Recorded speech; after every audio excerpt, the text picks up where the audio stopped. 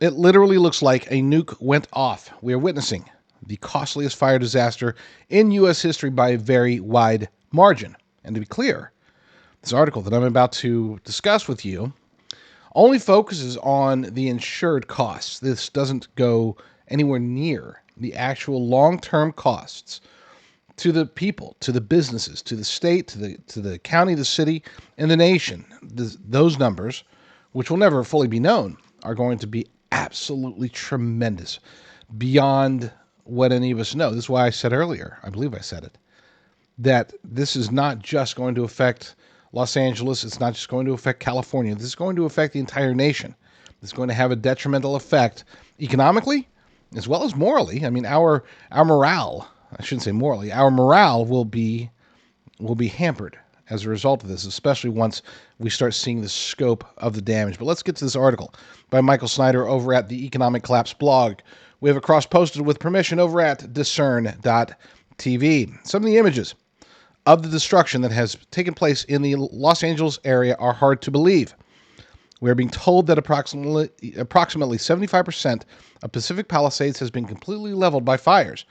And the use of the phrase completely leveled is not an exaggeration at all. It literally looks like a nuke went off and wiped out everything. There have been plenty of fire disasters in California before, but never anything like this. At this point, Accuweather is projecting that the total economic losses will be between $52 billion and $57 billion. And J.P. Morgan analyst Jimmy Bular reiterates that. He says it's going to be around $50 billion. Now, think about this. The costliest fire in U.S. history was the 2018 Camp Fire, which cost $12.5 billion. This is going to be 4 times that, at the very least. And we're having more fires popping up today even. One of the reasons why this disaster is going to be so costly is because homes are being destroyed in an area where home values are extremely high. Median home value in Malibu is $2 million, and I've seen images of homes that are in the $50 million range that are burnt to the ground. On Thursday, multiple fires continue to spread all around Los Angeles. Sadly, it's being reported that the Palisades fire and the Eaton fire were still 0% contained, and those are some of the big ones. Those are the ones that, of the 5 or 6 current fires, it was 5 as of when this article was written. It's now up to 6. Calabasas recently saw their fire get started, and we'll talk about all these here in a second because I'm going to bring up the map. But first, let's continue with this article. So far, over 2,000 structures have been destroyed, and more are catching fire with each passing hour. They say roughly 30,000 acres are on fire, 180,000 residents ordered to evacuate, 425,000 without power, and those numbers have gone up since this article was published. This disaster is far from over, and what is making things even worse is that arsonists have apparently been trying to start additional fires. And I do believe that all the fires, or at least most of them, were started by arsonists of some sort, whether it was for guerrilla warfare, or it was climate change cultists, or it was just some idiots. Who knows? And chances are we'll never know. I know they're going to investigate these fires, and they may find the arsonists. It's possible. I hope they do.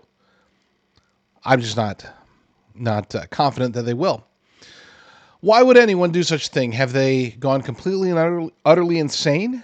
There should be absolutely no tolerance for anyone that is attempting to set new fires in the middle of a major fire emergency such as this.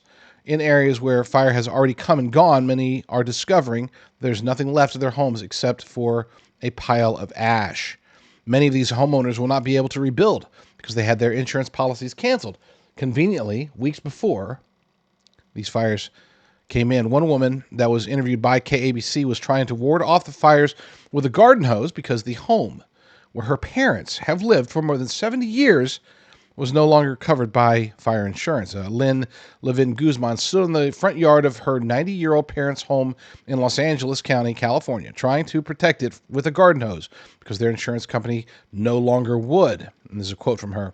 "I know I'm not supposed to be here, but this is my parents' home, and they got canceled from their fire insurance.